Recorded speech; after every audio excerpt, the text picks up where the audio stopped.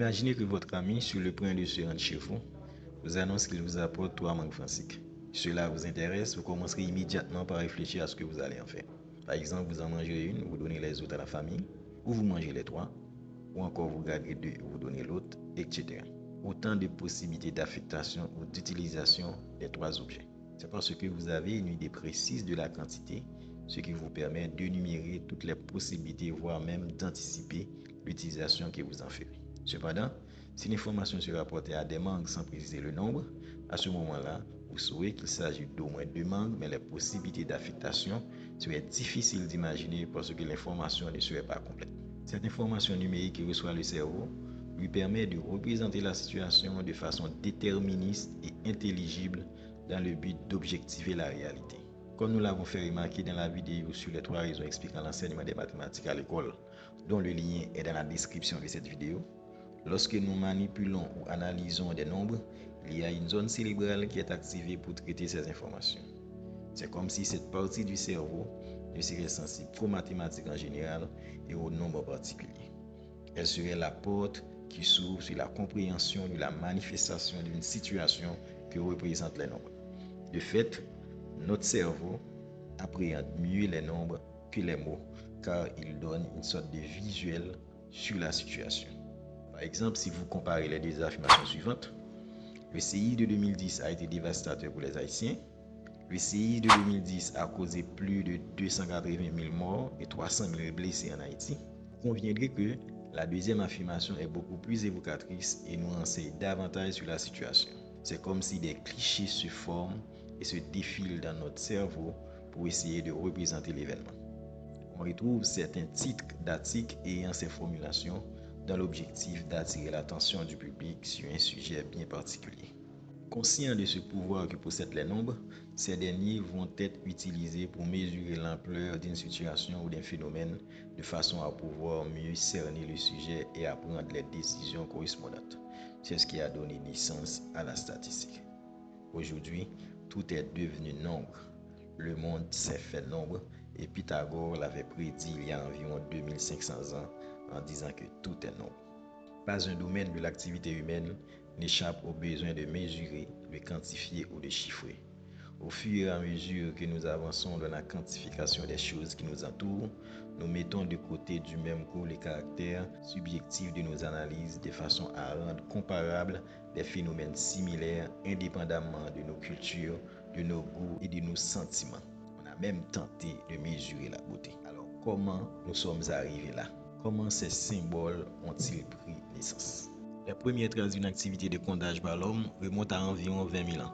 Ces traces ont été observées sur des os d'Ishango par un ensemble de traits horizontaux. Ce furent les premiers signes utilisés pour représenter. Chaque trait symbolisait une chose, des individus, des bétails, des biens matériels, etc. Il s'agissait d'une sorte de bijection, de correspondance terme à terme. Cette méthode de comptage a perduré dans l'Antiquité tout au long du 9e siècle avant notre ère car l'homme avait toujours une idée vague des quantités. Il ne connaissait que 2 types, un et plusieurs. Le berger, pour compter les têtes de son troupeau, n'avait pas besoin de connaître les nombres. Il se contentait de mettre un caillou dans un sac au passage de chaque bête. Vous imaginez un troupeau de 10 000 moutons? Donc cette méthode dite du berger ou de correspondance terme à terme, un mouton, un caillou, allait vite présenter des inconvénients. Et peu à peu, l'homme a eu l'idée géniale d'établir un système de numération qui consistait à regrouper les cailloux en paquets et les remplace par des jetons en argile de forme variée. Ce fut le premier pas vers la différenciation et la représentation des quantités. À noter qu'un jeton d'argile est une terre cuite qu'on façonne à sa guise. Chaque jeton d'argile correspondait à un type de paquet de cailloux selon sa forme et sa dimension. On y trouve les formes suivantes et leur équivalent en cailloux.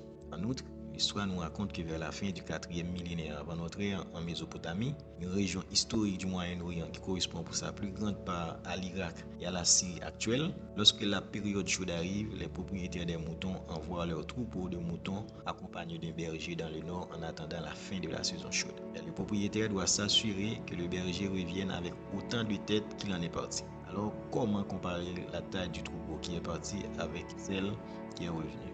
Met un ensemble de jetons d'argile correspondant au nombre de moutons dans une enveloppe bulle une sorte de sphère creuse en argile, hermétiquement fermée et scellée par le berger et le propriétaire de façon que personne n'y ait accès unilatéralement sans briser l'enveloppe.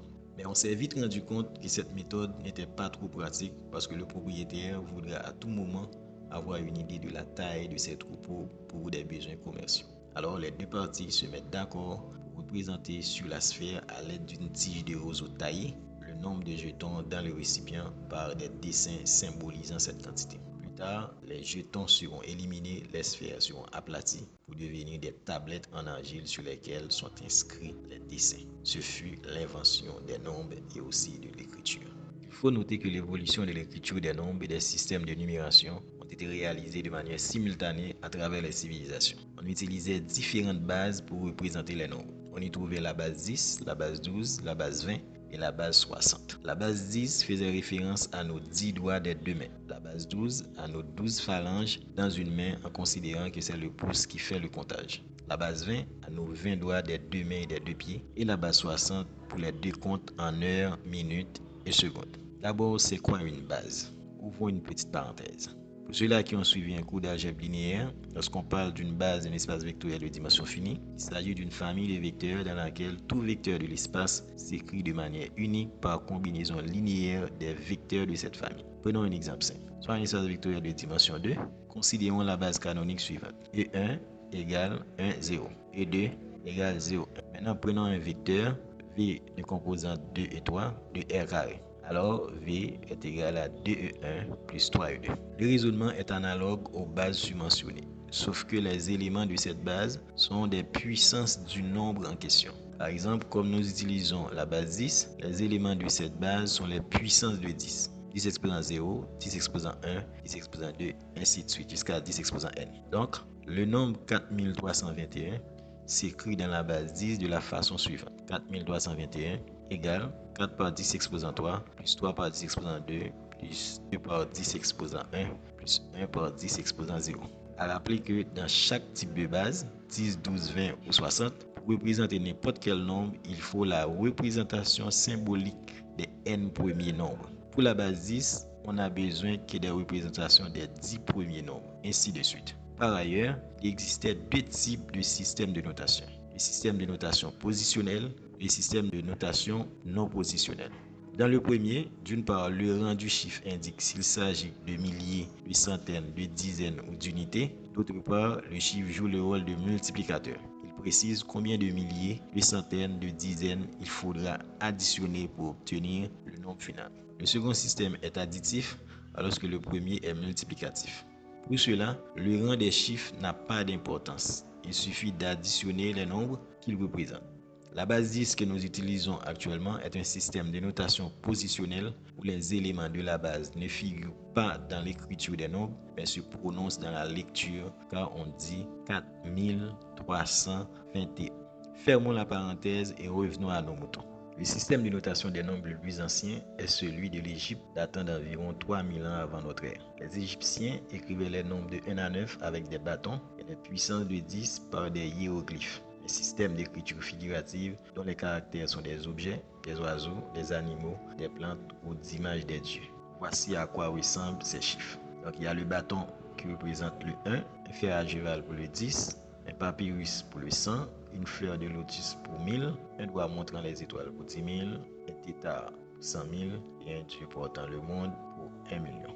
Pour rendre compact l'écriture des nombres, les Égyptiens la décomposaient sur deux lignes. Voici comment s'écrivait 1637. Ils utilisaient une base 10, cependant les éléments de la base intervenant dans la composition des nombres sont également présents dans son écriture. Ce système de notation était purement additif, c'est-à-dire qu'il ne tenait pas compte de la position des chiffres. Ainsi, 23 pouvait s'écrire dans un sens ou comme dans l'autre. Le système égyptien a perduré jusqu'à l'abandon des hiéroglyphes. Il y avait trop de symboles lorsqu'on essayait de représenter un grand nombre, car selon le principe additif, il fallait représenter le nombre d'unités, de dizaines, de milliers, etc. Les Romains eux aussi ont eu le même problème car leur système était additif. Ils ne possédaient que 7 symboles.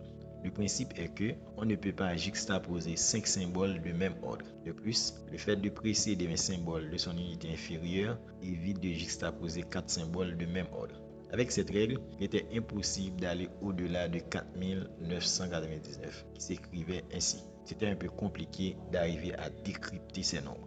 En Chine, vers 1500 avant notre ère, on observait un modèle de notation des nombres qui combine le système additif avec le système multiplicatif. Voici la notation de 1 à 10. De 1 à 4, c'est additif. De 5 à 10, les symboles sont différents. Voici comment sont représentés les nombres de 20 à 90. De 20 à 40, c'est additif. On ajoute une barre à chaque fois. De 50 à 90, c'est multiplicatif. On met une barre verticale sur les symboles de 5 jusqu'à 9, sauf que pour 70, on incline la barre pour qu'elle soit lisible. Pour les centaines et les milliers, l'écriture était plus claire, où le même symbole est surmonté du chiffre des unités correspondantes. Ce sont là les symboles des centaines et des milliers, de 100 à 900, puis de 1000 à 9000.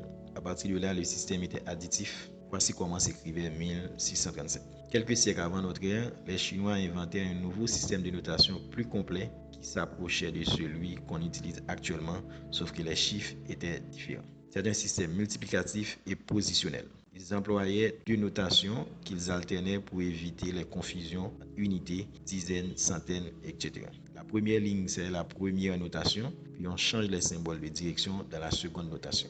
Ainsi, 1637 s'écrivait de la façon suivante.